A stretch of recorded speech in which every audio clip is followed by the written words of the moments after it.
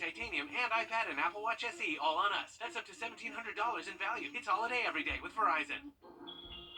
Did you know 80% of women are struggling with hair damage? Dryness and frizz that keeps coming back could be damaged hair that can't retain moisture. You need Pantene's Miracle Rescue Deep Conditioner. It's filled with provitamins to help hair lock in moisture, visibly repairing 6 months of damage in just one use, with no way down. Guaranteed or your money back. For hair that looks healthy and stays healthy. If you know it's Pantene.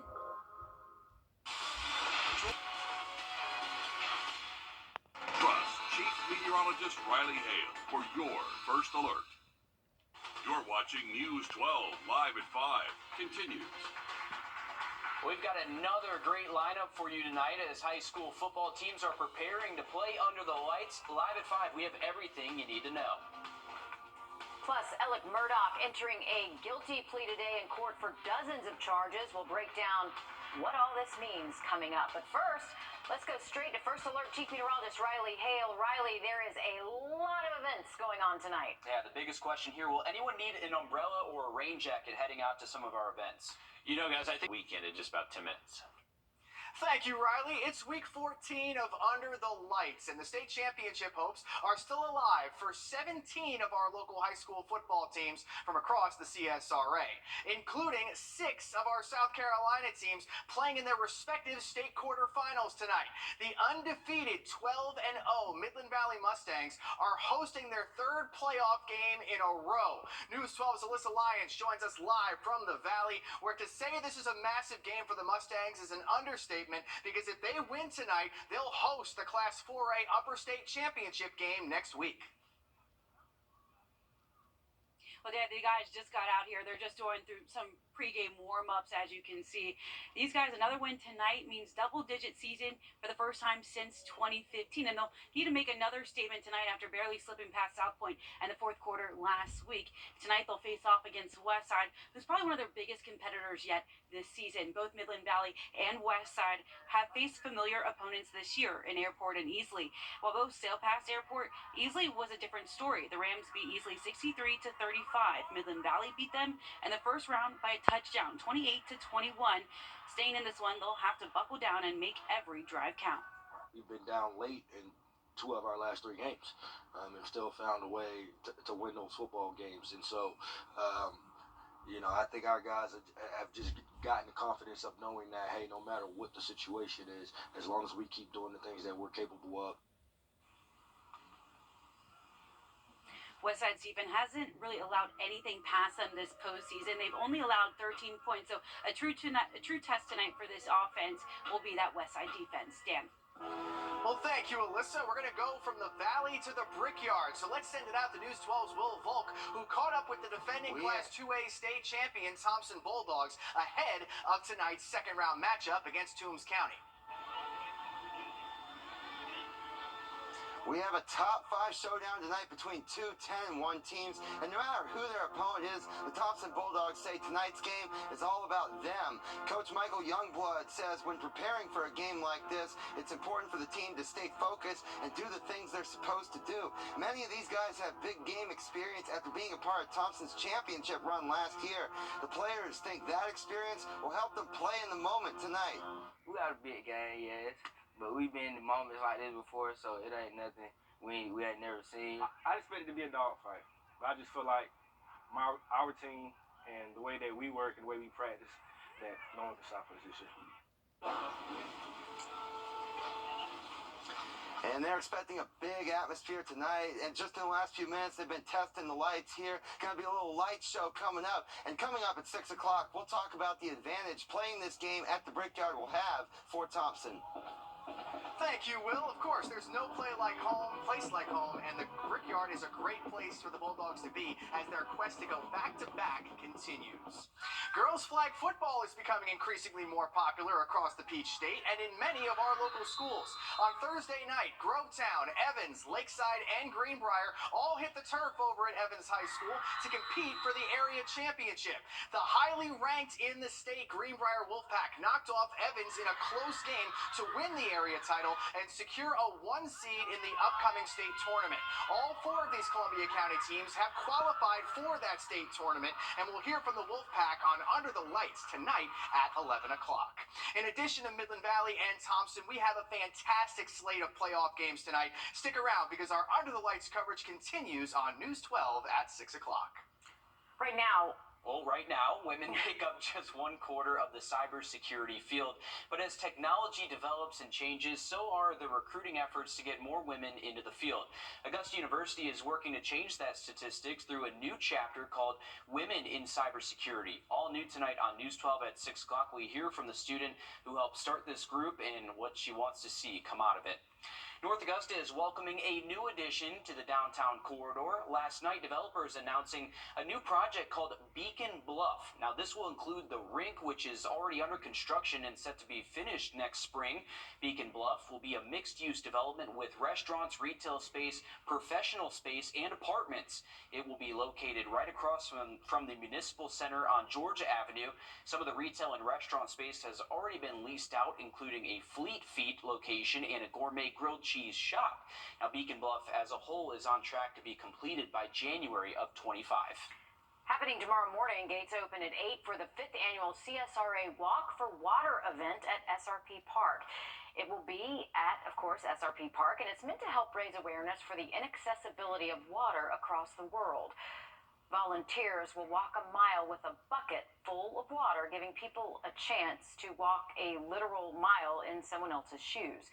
You can check out our website for information on how to register. Well, sometimes there's nothing better than a home-cooked meal, and we all get that really soon with Thanksgiving coming up. But in North Augusta, West Avenue Market agrees. They have a variety of ready-to-eat pies, pastas, dips, and more. We stopped by and spoke to the niece of the shop's owners and why her family was inspired to start this business. She wanted to make things easier and saw a need in the community to have something where people could just stop in, grab a side, or grab a main course and just head home and cook it for dinner. Again, the shop is located on West Avenue in North Augusta. In addition to food, the shop has some great gift ideas for the upcoming holidays.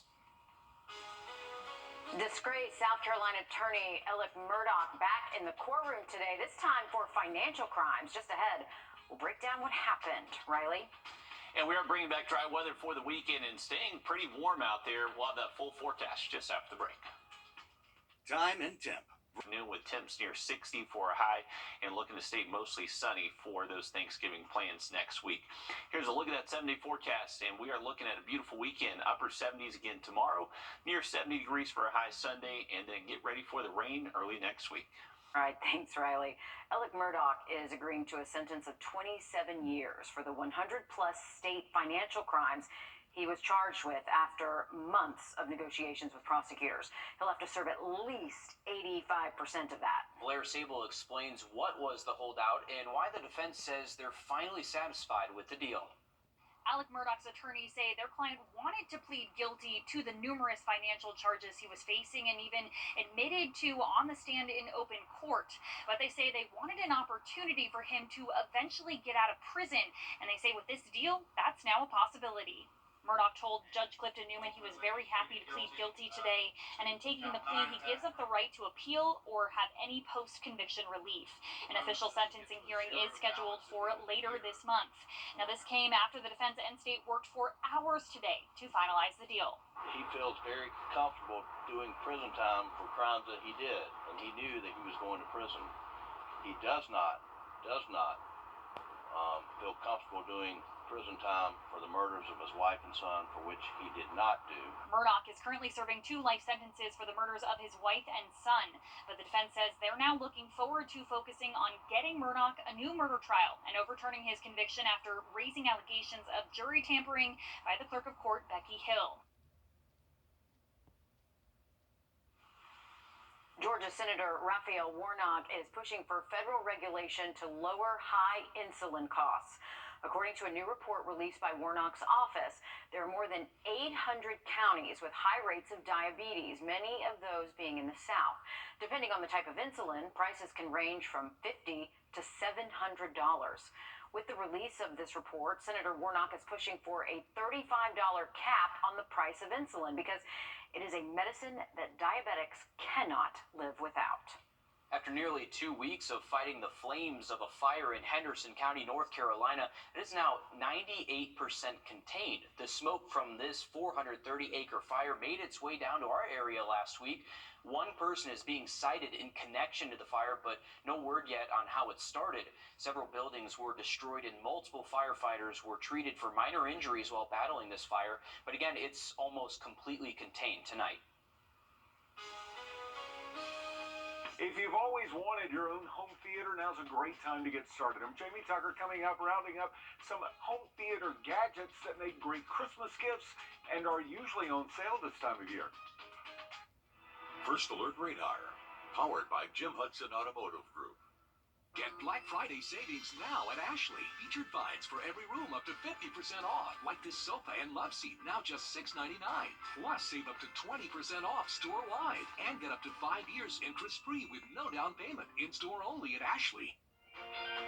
And off Sealy, too. Only at Ashley.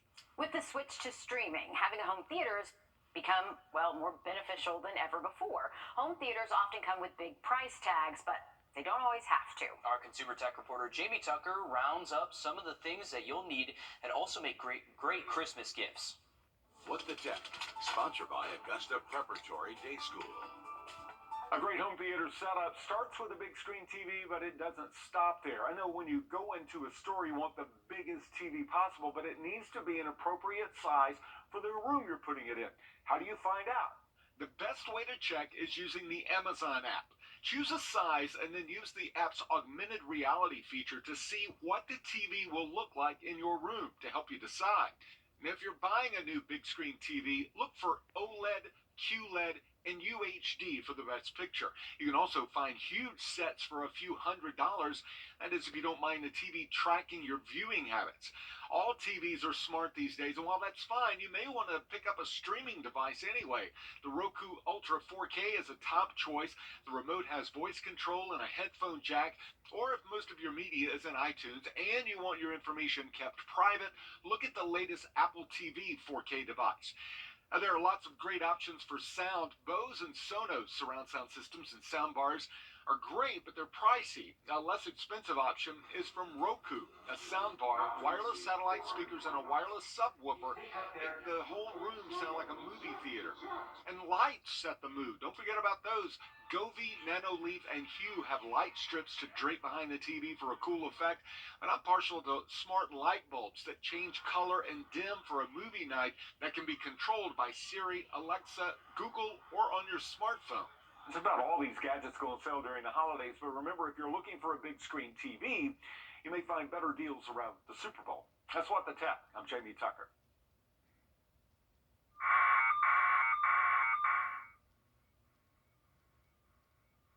Live look over the psychiatric hospital in Concord, New Hampshire. A very active scene there. We've got investigators going through a truck.